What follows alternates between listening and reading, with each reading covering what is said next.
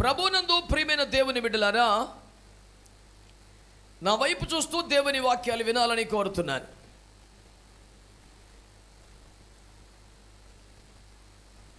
Bible గ్రంథం అంతట్లో మొట్టమొదటిసారిగా దేవుని మందిరమును గురించి మాట్లాడిన వ్యక్తి యాకోబు. యాకోబు యొక్క జీవిత క్రమాలు తెలిసిన వారు ఎవరైనా ఒక నూతన ప్రత్యక్షత పొందదగిన స్థితిలో అచ్చట ఉన్నాడు యాకోబు అని ఎవరు అనుకోరు. It was the very fresh revelation about the temple of God to a man on this world for the first time on its kind. చెప్పాలంటే ఆధ్యాత్మిక అనుభవాలను చూస్తే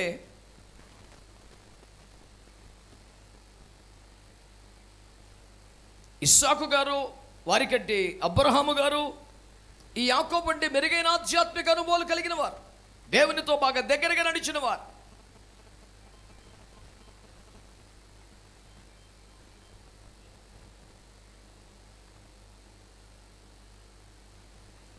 అందుచేత ప్రియులారా,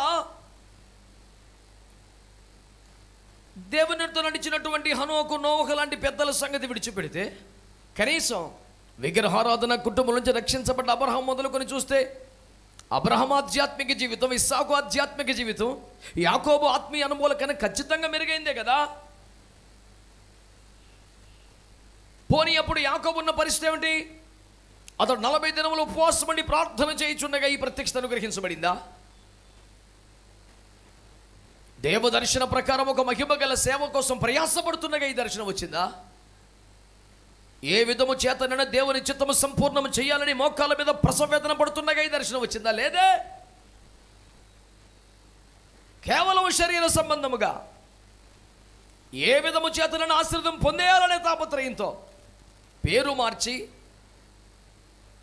నాన్నగారిని దుఃఖపెట్టి అన్నగారి కొంప ముంచి అడ్డదారులో మొత్తం సంపాదించుకొని ఆ పాప ఫలితముగా మరణమతని తరుముతుంటే మరొక దిక్కు లేకుండా పారిపోతున్న స్థితి అది. అబద్ధం ఆడాడు, పేరు మార్చాడు, మోసం చేశాడు.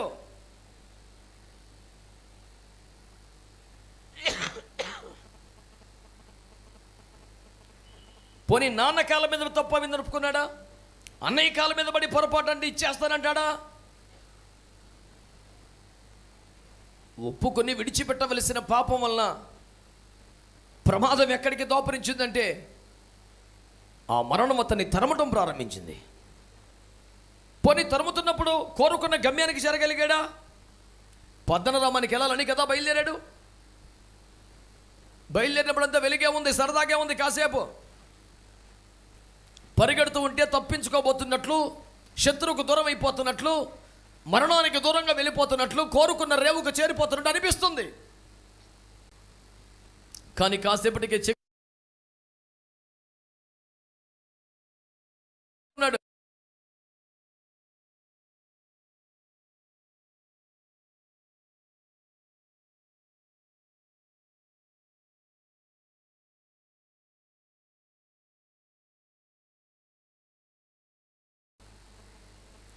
ఒప్పుకొని విడిచిపెట్టవలసిన పాపాన్ని కప్పుకొని దాచుకొని ఉంటే 20 సంవత్సరాల తర్వాత అంతా మర్చిపోయినట్లు అవుద్ది అనుకుంటే ఆ ఒక్కడు తరిమేవాడు ఇప్పుడు 400 మంది కత్తులతో నిలబడ్డారు.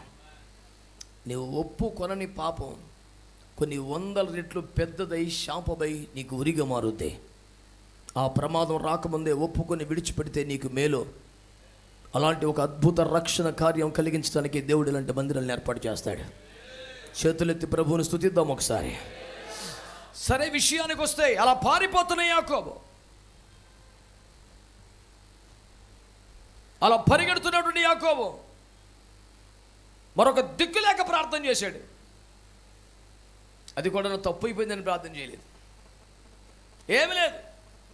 చిన్న ప్రార్థన చేసుకుని ఆ రాయిని తలగడగా చేసుకుని పడుకున్నాడు. నిద్ర పట్టేసింది. నేను ఒక సత్యాన్ని చెప్తున్నాను ప్రియులారా, అది నిద్రపట్టే మూమెంటా? అసలు ఏ బాధరా బందీలకైనా పోను పడుతుంది నిద్ర. వీడు వెనకాలేమో తరుముకు వచ్చేస్తున్నాడు అన్నయ్య, ఎదరికెళ్తాకని తెలియదు. ఇక్కడ ఏ పూలు వచ్చి పడిపోద్దో, సేమ వచ్చి పడిపోద్దో, పాము కొడతాదో తెలియదు. అంత భయంకర పరిస్థితుల్లో కూడా నిద్రపోగలిగిన దమ్ము ఒక ప్రార్థన చేసుకునేవాడికి ఉంటుంది. స్తోత్రం చెప్పండి గట్టిగా. చెప్తే చెప్పండి గట్టిగా, లేదా మానేసండి, సగం సగం ఎందుకు. దేవునికి స్తోత్రం కలుగునుగా. ప్రార్థన చేసుకునేవాడికి ఎంత ధైర్యం వచ్చేస్తుంది అంటే, ప్రపంచం మన పేపర్ భాషలో చెప్పాలంటే మిన్ను విరిగి మీద పడిపోతున్నా నిద్రట్టేస్తుంది. లేదా ఏసీ రూమ్లో కూడా దొలుతూ నిద్రట్టేసేది ఒకడికి. అలాంటి వాళ్ళందరూ కష్టపడి డబ్బులు తీసుకెళ్ళి డాక్టర్కి ఇచ్చేస్తున్నారు. నిద్ర పెడతా లేదండి బాబు అని. ఆకలి పుడతాకు ఒక పిల్ల, తిన్న జరుగుతాకు ఒక పిల్ల, నిద్ర పడతాకు ఒక పిల్ల, అన్ని పిల్లలే. అడవిలో నిద్రట్టేసింది. సరే బిడ్డలారా, అతడు నిద్ర పట్టగానో కలగన్నాడు. ఆ కలలో ఒక నిచ్చెన ఆకాశం నుండి భూమి మీదకి వేయబడింది. దేవునికి స్తోత్రం కలుగునగా. శబ్దం హల్లెలూయా. ఆకాశానికి భూమికి వేలాడుతోంది ఒక నిచ్చెన.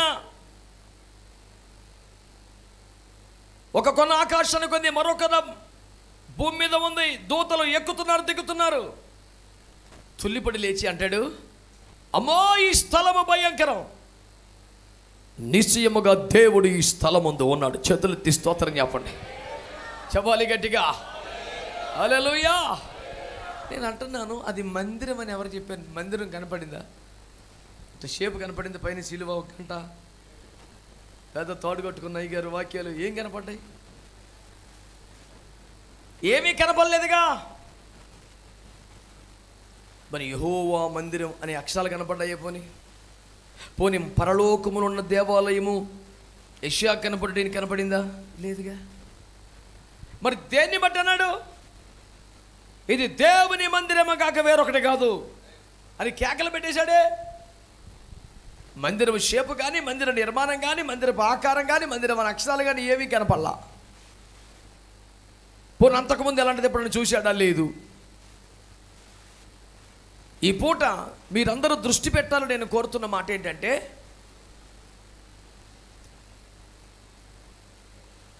ఇది నిశ్చయముగా దేవుడిచ్చిన ఒక ప్రత్యక్షత తప్ప ఆలోచనతో ఊహించి చెప్పిన డైలాగ్ కాదని జ్ఞాపకం చేస్తున్నా.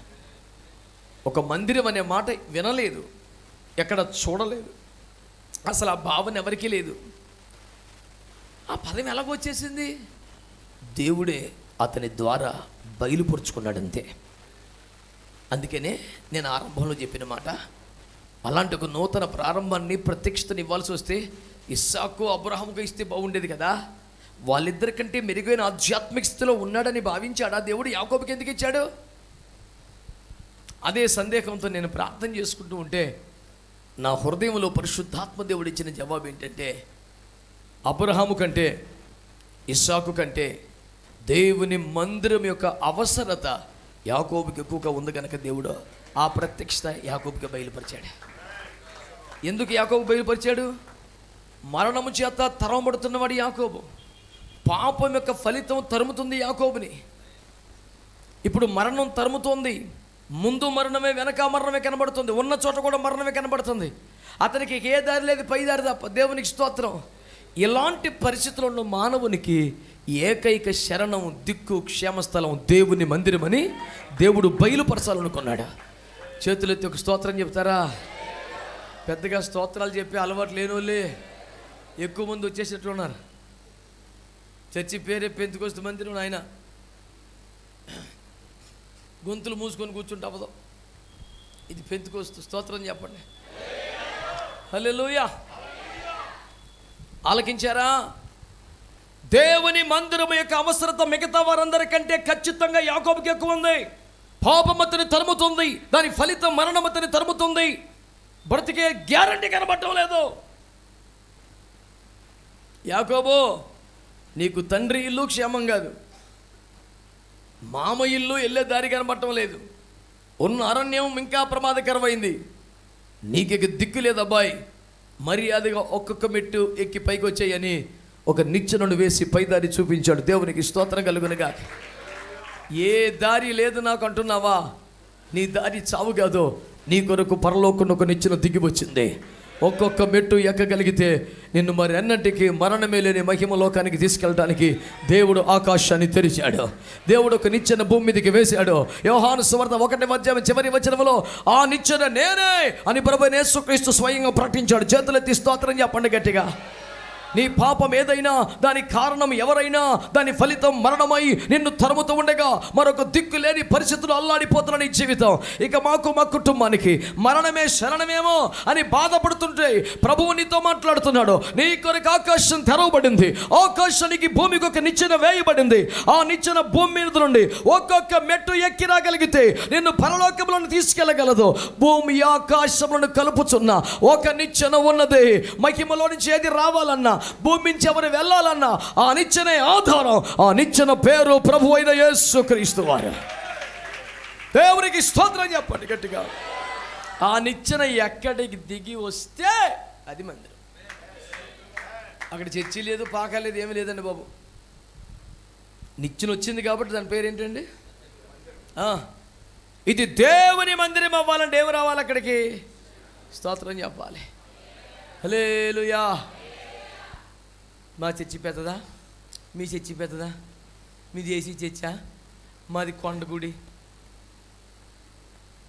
మాది మహిమ దేవాలయం, మాది పేదగుడి, మాది పేద సంఘం. ఇవన్నీ అమాయకమే. ఒకటే. అక్కడికి నిచ్చెన వచ్చిందా? స్తోత్రం చెప్పండి. హల్లెలూయా. ఈ మందిరం ఇంత సర్వాంగ సుందరంగా తయారు చేయబడినా ఇక్కడికి ఏమి రావాలి? చెప్పాలి గట్టిగా. అందుకొరకు సంఘం ఏం చేయాలి? నిచ్చెన రావాలంటే మీది ఆకాశం తెరవబడాలి. దేవునికి స్తోత్రం చెప్పండి గట్టిగా. మీ మీది ఆకాశం ఇనుముగాను ఇత్తడిగాను మనడానికి వీల్లేదు. మీ మీది ఆకాశం మూయబడ్డానికి వీల్లేదు. You people must see the open heaven. తెరవబడ్డ ఆకాశమే చూడాలి.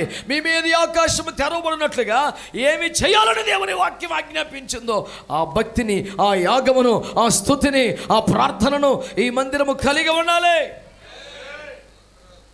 మీ మీది ఆకాశము తెరవబడగా ఆకాశము నుండి ఏమైనా రావాలైనా, ఇక్కడి నుంచి వెళ్ళాలన్నా ఏకైకటువంటి మార్గమైన నిచ్చెన ప్రభువైన యేసుక్రీస్తు వారు దిగి రావాలి.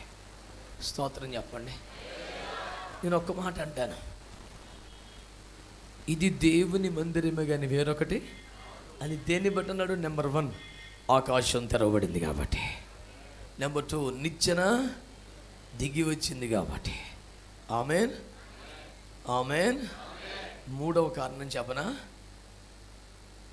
అతడు భయపడి ఏమయ్యాడట? భయపడి ఇది దేవుని మందిరమే కానీ వేరొకటి, ఈ స్థలం ముందు నిశ్చయముగా దేవుడు. 3వ పాయింట్ ఏంటి తెలుసా? దేవుని భయము కలగాలి. చెప్పండి గట్టిగా అందరూ ఆ మాట. దేవుని భయము. ఇది దేవుని మందిరమే గనక అయితే దేవునికి మహిమ కలుగునట్లుగా ఇక్కడ దేవుని భయము సమృద్ధిగా నివసించాలి. వాడు ఎకతాళితే వచ్చాడో, ఎట్టకాలంతో వచ్చాడో, ఏ రకంగా వచ్చాడో అది ఎవడవని లోపల కలుగుబెట్టేపాటికి దేవుని భయముని ఆవరించాలి. వణుకువన్నీ పుట్టుకోవాలి. దేవుని వలనైన బెదురువన్నీ పట్టుకోవాలి. తెలియకనే ప్రసవించు స్త్రీ వంటి వేదన వారికి కలగాలి. వాడు తన పాపం విషయంలో పశ్చాత్తపడాలి. దేవుని సన్నిధిలో గడగడ వణుకుచు పశ్చాత్తపడి ప్రార్థన చేయాలి. దైవజనుడు, దైవజనరాలు సంఘం చేయవలసిన ప్రార్థన, ప్రభువా ఈ ప్రాంతంలో నీ భయం ఉండాలయ్యా. చాలా మందిరాల్లో మేము చూస్తూ ఉంటాం, చాలా నిర్లక్ష్యంగా కాలు జరుపుకోవటం, కబుర్లు చెప్పుకోవటం, జోక్స్ వేసుకోవటం, సెల్ ఫోన్లో చాటింగ్లు చేసుకోవటం, అంత పిచ్చి పిచ్చి ఉంటూ ఉంటారు. మాకు అనిపిస్తుంది కదా, అయ్యో మందిరం చాలా బాగున్నది కానీ ఇందులో దేవుని భయం చాలా విచారకరం. మందిరపు షేపులు, కొలతలు, రాసిన వాక్యాలు మందిరము వలె కనిపించవచ్చు గాక అక్కడ దేవుని భయం లేకపోతే అది మందిరం కాదని నేను మనం చేస్తున్నాను.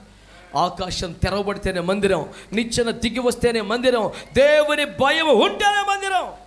స్తోత్రం చెప్పండి గట్టిగా. హల్లెలూయా, హల్లెలూయా.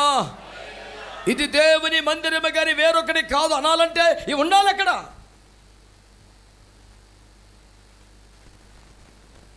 ఆ ప్రాంతంలో దేవుని భయం ఉన్నట్లయితే, ఇక తర్వాత మాట, దేవుడు తన స్వరము ద్వారా మాట్లాడుతున్నాడు. పేరు పెట్టి పిలిచి మాట్లాడుతున్నాడు. విస్పష్టంగా వ్యక్తితో మాట్లాడుతున్నాడు.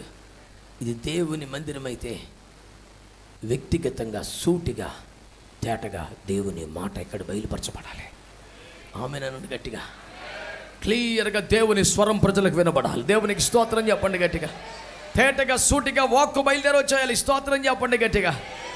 ఆమేన్, హల్లెలూయా. ఓ, ఒక పొదునైన వ్యక్తిగతమైన దేవుని మాట రావాలంతే.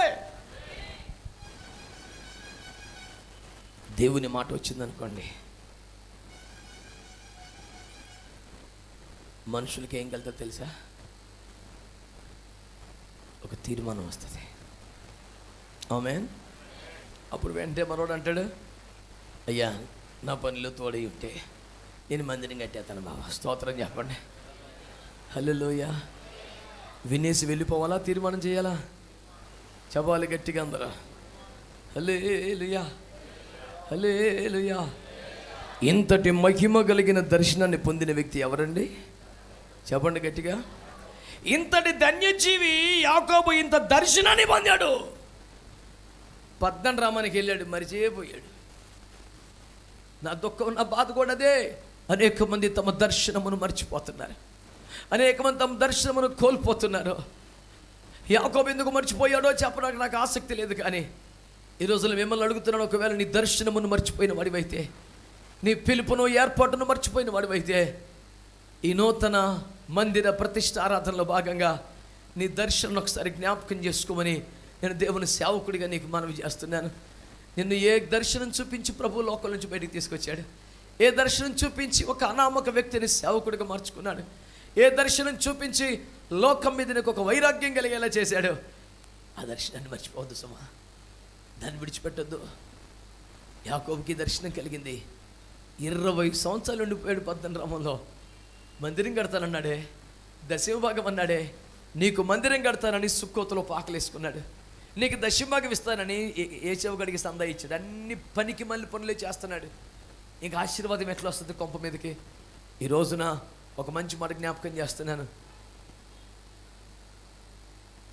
నిన్ను ప్రేమించి దేవుడు నీకు దర్శనం ఇచ్చాడు. ఏం చేసావు? ఏం చేసావు? నీకు గమ్మత్తైన మాట చెప్పనా? ఈ మందిరంను కూర్చున్న దర్శనం మళ్ళీ యెషయాకు వచ్చింది. కానీ యెషయా కుమారుడైన దావీదుకి ఏమీ లేదుగా. కానీ మందిరం కోసం కష్టపడింది ఎవరు? దావీదే. 40 ఏండ్ల పాటు యుద్ధాలు చేసి, ఇదిగో అబ్షాలోము గడి ఎంత, అబ్నేర్ గడికి ఎంత, ఆడికి ఎంత, ఈడికి ఎంత, నమ్మకస్తుడు యోబు గడికి ఎంత, ఇదిగో ₹10 ఇవ్వలేదు. సహజంగా వారి కొన్ని ఆస్తులు దఖలు పడ్డాయి తప్ప ఎవరికి కేటాయించిన మూట ఇవ్వలేదండి. 40 సంవత్సరాలు కష్టపడి యుద్ధాలు చేసి ఒక రాజ్యాన్ని సామ్రాజ్యంగా చేసి పోగేసిన మొత్తం మటుకు చర్చికి చేసాడు. స్తోత్రం చెప్పండి. హల్లెలూయా చెప్పరే. మందిరంను కూర్చున్న దర్శనం వచ్చింది ఎవరికి? మందిరం కోసం కష్టపడ్డది ఎవరో? ఇంకా అవ్వలేదు కోటం. మందిరాన్ని కట్టించిందేమో సొలొమోన్. ఎంత తిప్పల పడ్డోడికి లేదు అసలు, కలగన్న వాడికి. వాక్యం ఏమంటుంది? విత్తినది, నీరు పోసేది, వృద్ధి చేయువాడు మాత్రం మహిమంతా దేవునికి కలగాలట్లా. కొడితే మంచిగా కొట్టండి, ఆ సప్పిడి దెబ్బలు కొడతారు. దేవునికి మహిమ కలుగును గాక. అది ఈ సేవ అయినా ఆ సేవ అయినా ఎవరి పని శరీరం దేవుని క్రమం ఇదే.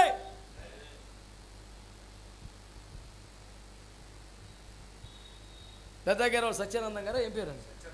సత్యానందం అయ్య గారి ద్వారా దేవుడు ఇక్కడ ప్రారంభించాడు. విత్తింది ఆయన, వీళ్ళు వచ్చి నీళ్ళు పోసారు. మరి ఎవరు తింటాడో దేవునితో? అది ఇంకా నువ్వు బయలుపరచబడలేదు. కానీ ప్రస్తుతం ఉన్నదాన్ని బట్టి చూస్తే దేవుని స్తోత్రం. హల్లెలూయా. అందరూ స్తోత్రాలు చెప్తున్నారా?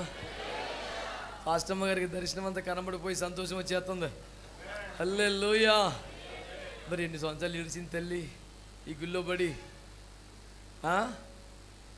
పిల్లలు ఎంత పెద్దవాళ్ళు అయిన తర్వాత ఇన్ని సంవత్సరాల తర్వాత కూడా 40 రోజులు ఉపవాస ప్రార్థన చేసి తిండి తిప్పలు మానేసి గుళ్ళో పడి ఏంటి ఏడుపో? మాతోనే ఈ సేవ అయిపోకూడదు, ఈ మందిరం మూతపడకూడదు. నాకు ఇష్టమైన ఒక మాట బైబిల్లో చెప్తాను. దీపం ఆరిపోక మునుపు సమూయేలు యెహోవా మందిరంలోకి వచ్చేసారు. ఫోటో గట్టిగా హల్లెలూయా, ఓ హల్లెలూయా. ఏ సేవను చూసినా నాకు ఆ దుఃఖం వస్తుంది. అమ్మో ప్రభా, ఈ దీపం మారక ముందే ఒకరిని తయారు చేయి బాబు. ఏలి చనిపోయాడు, కుమారులు అయిపోయారు,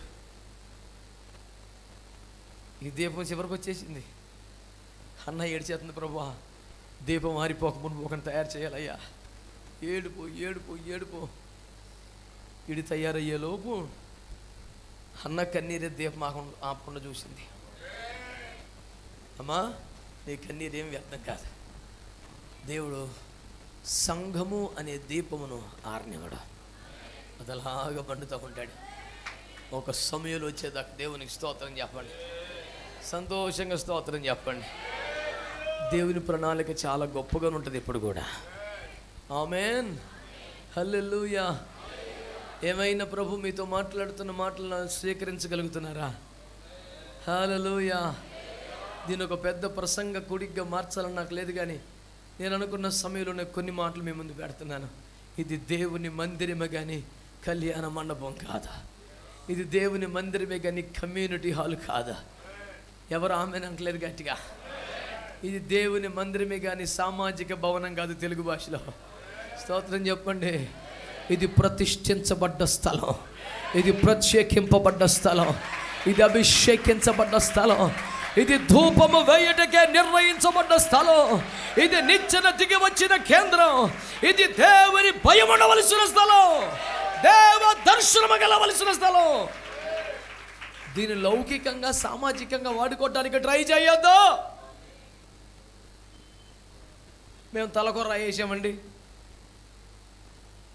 మేము కూడా బిందులు నీళ్ళు ఎట్టుకొచ్చామండి, మా అమ్మాయి ఫంక్షన్ పెట్టుకుంటామండి. ఈ చెంప వాసిపోద్దు కొడుకు మళ్ళీ పనికి మళ్ళీ మాటలు కానీ మాట్లాడితే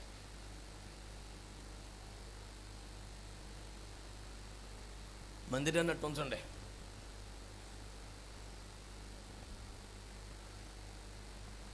నా మందిరము సమస్త జనులకు, అంతే. దానికి 100 తగిలింపులేమి లేవు, ఇంకా తోకలం. అంతే వాక్యం, ఇక మళ్ళీ మాట్లాడ తగిలేదు. దేవునికి స్తోత్రం చెప్పండి. హల్లెలూయా, హల్లెలూయా. ఇది దేవుని మందిరమే కానీ వేరొకటి కాదు కాదు. ఇందులో వేలం పాటలు జరగచ్చా? కోడిగుడ్డు 300, ఆనపకాయ 500, నాటుకోడి 1000 రూపాయలు. పని మళ్ళీ బుద్ధులని. దేవాలయములో క్రయ విక్రయములు చేయవారు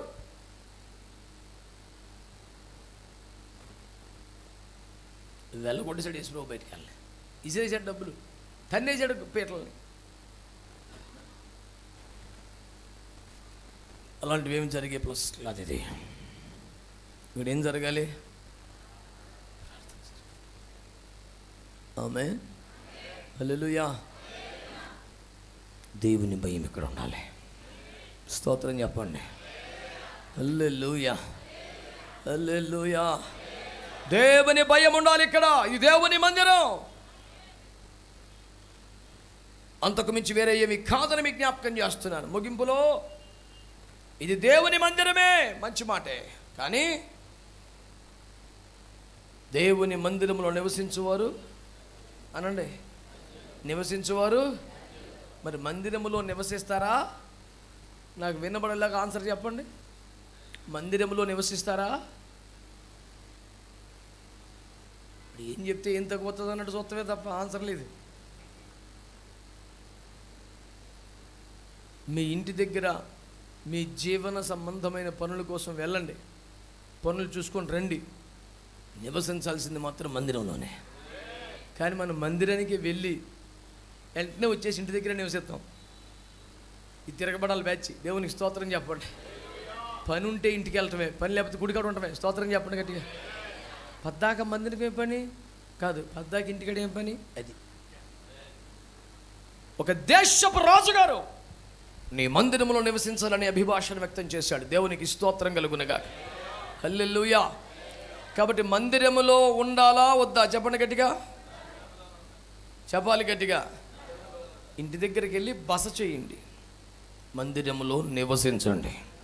నా భాష మీకు అర్థమవుతుందా? మీ పనులు చక్కబెట్టుకోండి. కొందరికి వెళ్ళి హనోకు 300 సంవత్సరాలు దేవునితో నడిచాడంటే ఇంటికి వెళ్ళలేదా? మరి వెళ్ళాడు, కుమారులను కుమార్తెలను కన్నాడు, వెళ్ళాడు.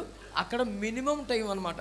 తన బాధ్యతలు చూసుకునేవాడు, పనులు గవగమలు వచ్చేసి కూడా చెట్టు కిందకి అక్కడ వచ్చి దేవుడు ఇక్కడికి వస్తాను నాతో మాట్లాడతాడు. ఇదే పని. కనుక ఇళ్లలో బస చేయండి, మందిరములో నివసించండి. ఎప్పుడు చూసినా ప్రార్థన చేసుకునే వాళ్ళు, వాక్యం చదువుకునే వాళ్ళు, ఆరాధన చేసుకునే వాళ్ళు, పరిచయం చేసేవాళ్ళు కలకల్లాడుతుండాలి మందిరం. స్తోత్రం చెప్పట్లేదు మీరు?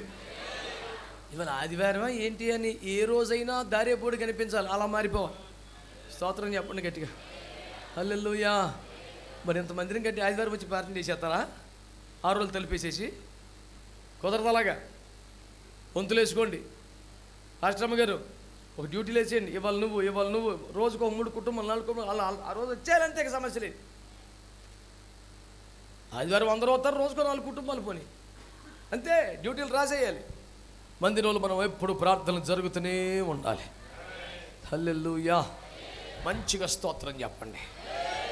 ప్రభునందు ప్రియమైన దేవుని బిడ్డలారా, మందిరములో మీరు ఎలా ఉన్నారు? తపటప 2 మాటలు చెప్పి నేను ముగిస్తాను. లూకాసు వార్త 13:10లో 18 సంవత్సరాలుగా నడుము వంగిపోయిన బలహీనపరచు ఆత్మను కలిగిన ఒక వ్యక్తి దేవుని మందిరంలో ఉందట.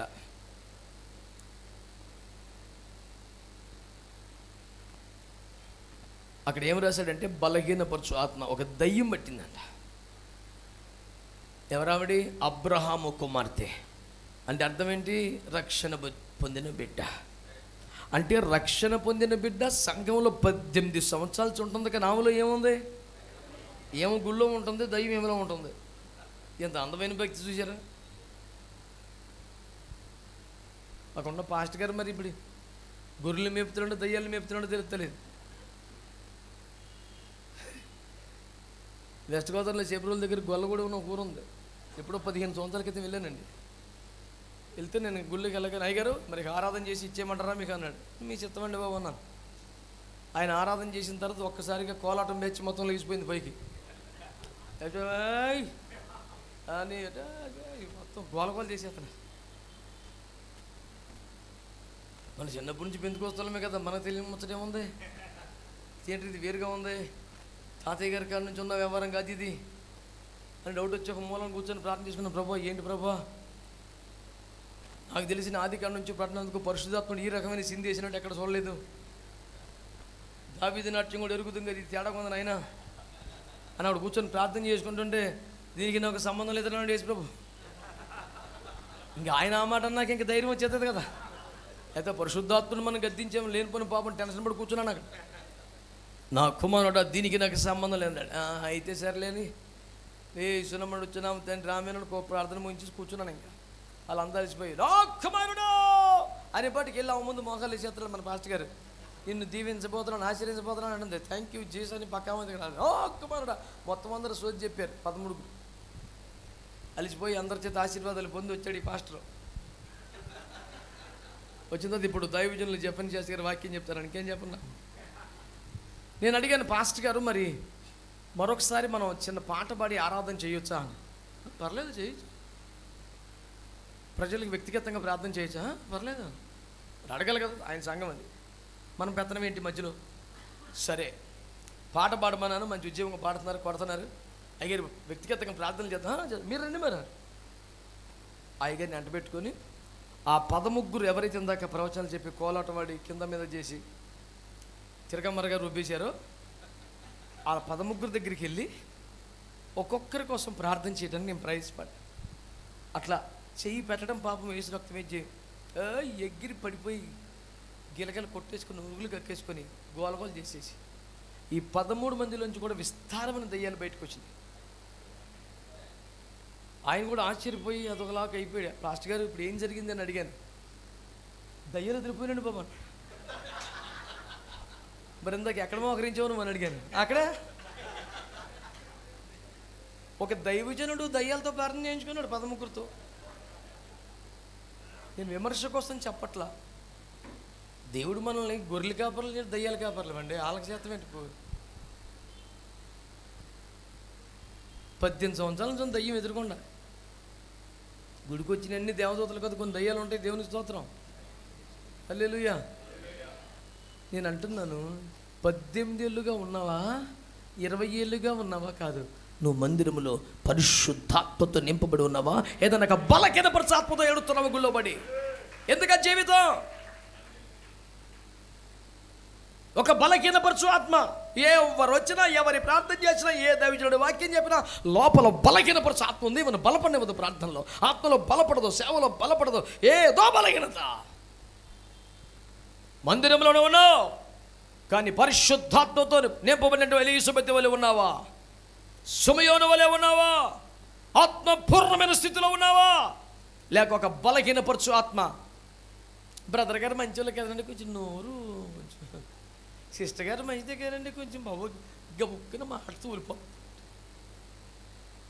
ఏదో ఒక బలహీనపరచు ఆత్మ. నువ్వు మందిరములో ఉన్న నీకేం ప్రయోజనం చెప్పు? మందిరములో నివసించువారు ధన్యులు, ధన్యాలు కాకూడదు. నీలో ఏ బలహీనపరచు ఆత్మ ఉందో ఇప్పుడే ఒప్పుకొని ప్రభు కృప పొందుకొని విడిచిపెట్టుకొని పరిశుద్ధాత్మ పూర్ణులవే బ్రతకాలని, ఆత్మపూర్ణులుగా ఉండాలని నేను కోరుతా ఉన్నాను. హల్లెలూయా. చెప్పుకుంటూ పోతే అపోస్తుల 14లో ఒకడు ఓచ చేయగలబడినాడంట. ఆడు ఒళ్ళంతా బాగుంది, కుడిచే మట్టికి బాగోలేదు. నీకేమర్థమైంది? ఆడు అన్నిట్లో బాగుంటాడు, ఇచ్చే విషయంలో మాత్రం వెనకాడతాడు. నీకు అర్థం అవ్వలేదు ఇంకానే? సందా ఏ చేస్తారమ్మా మీరు?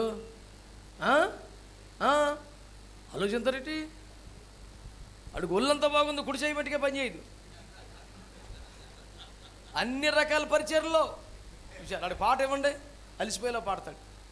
ఏ పరిచయం అప్పగించి నమ్మకంగా చేస్తాడు. కానుక ఇవ్వమంటే మాత్రం ఏముంది నాలో, ఏమి ఇవ్వగలను, దానికి అన్ని నొక్కులు ఎందుకురా, ఏమి ఇవ్వలేని కాడికి ఊరుకో కూర్చో. దానికి వెనకే ముందుకి పాడతాడు. మళ్ళీని మెలికలు తిరిగిపోయి ఏమీ లేదు నా యందు, అన్ని పాటలు బోర్డు ఉన్నాయి వీడికి. ఇన్ని పాటలు ఏం చేస్తాక నేను ఏమి ఇవ్వనని చెప్తాకి. ఒళ్ళంతా బాగుండ, కుడి చేయి మట్టికి మరా ఎలాంటి చేతులను చూసే సంద పెడతామని ఇచ్చారు మీరు. ఏంటండి ఇలాగా? దేవునికి స్తోత్రం చెప్పండి, హల్లెలూయా. దేవుని కొరకు చక్కగా నిలబడలేని, నడుము వంగిపోయిన స్త్రీ, దేవునికి ఇవ్వలేని, కొడి చేయలేని మనిషి. అపోస్తుల 16లో పాదములు, బలహీన పాదములు కలిగిన వాడు, వాడు సువార్త చెప్పలేని వాడు, సాక్ష్యము చెప్పలేని వాడు, ప్రభువుని ప్రకటించలేని వాడు. పౌలు వాడిని చూసి లేచి నిలబడమన్నాడు. కాళ్ళకు బలం వచ్చేసింది. దేవునికి స్తోత్రం కలుగును గాక. మందిరంలో ఉన్నావు నిజమే, ఎలా ఉన్నావు? ప్రభు కొరకు నిలబడలేని స్థితిలో ఉన్నావా? ప్రభువుకు ఇవ్వలేని స్థితిలో ఉన్నావా? సమాధాన సువార్తను ప్రకటించలేని స్థితిలో ఉన్నావా? ఉండేం ఉపయోగం? మహిమకరమైన అద్భుతాలు జరుగుతున్న బెతెస్దా కోనేరు వద్ద ఇది ఏ ఉపయోగం లేకుండా లేచి వెళ్ళిపోమన్నాడు యేసుప్రభుని. లేదు ప్రభు, ఇక్కడ ఒక సిస్టమ్ ఉంది, దూత రావాలి, నీళ్లు కదలాలి, మొదట దిగాలి, అంత సింపుల్గా అవ్వదు ఇక్కడ. నువ్వు అర్జెంట్ లేచి వెళ్ళిపో.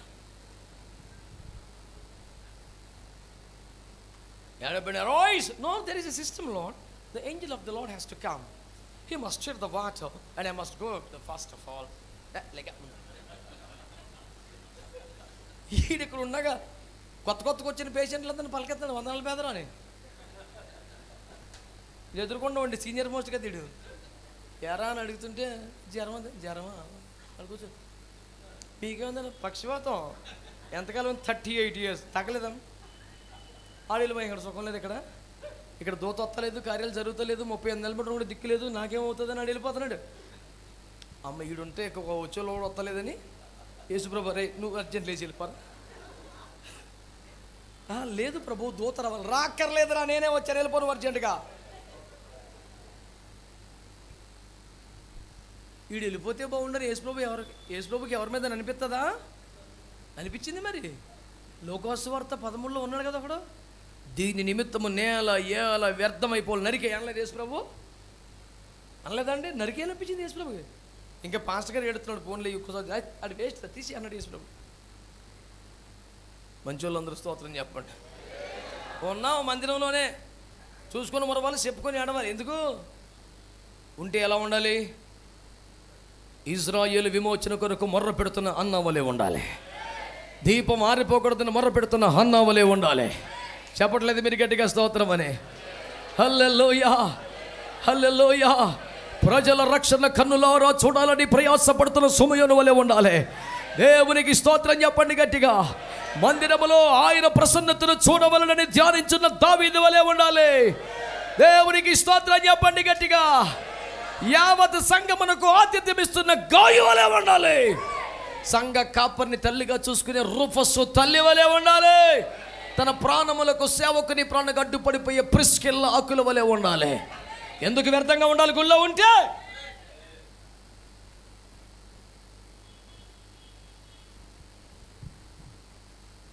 ఈరోజు ప్రభు నీతో మాట్లాడుతాడు. ఈ దేవుని మందిరం, ఇందులో నివసించే భాగ్యం నీకు ఇస్తే వ్యర్థంగా బతకొద్దు, వ్యర్థంగా బతకొద్దు. మనసుతో గుండె నిండా తీర్మానంతో ఒక చిన్న ప్రార్థన చేయగలుగుతారా? అవకాశం ఉంటే మోకరించండి, చిన్న ప్రార్థన చేస్తాం.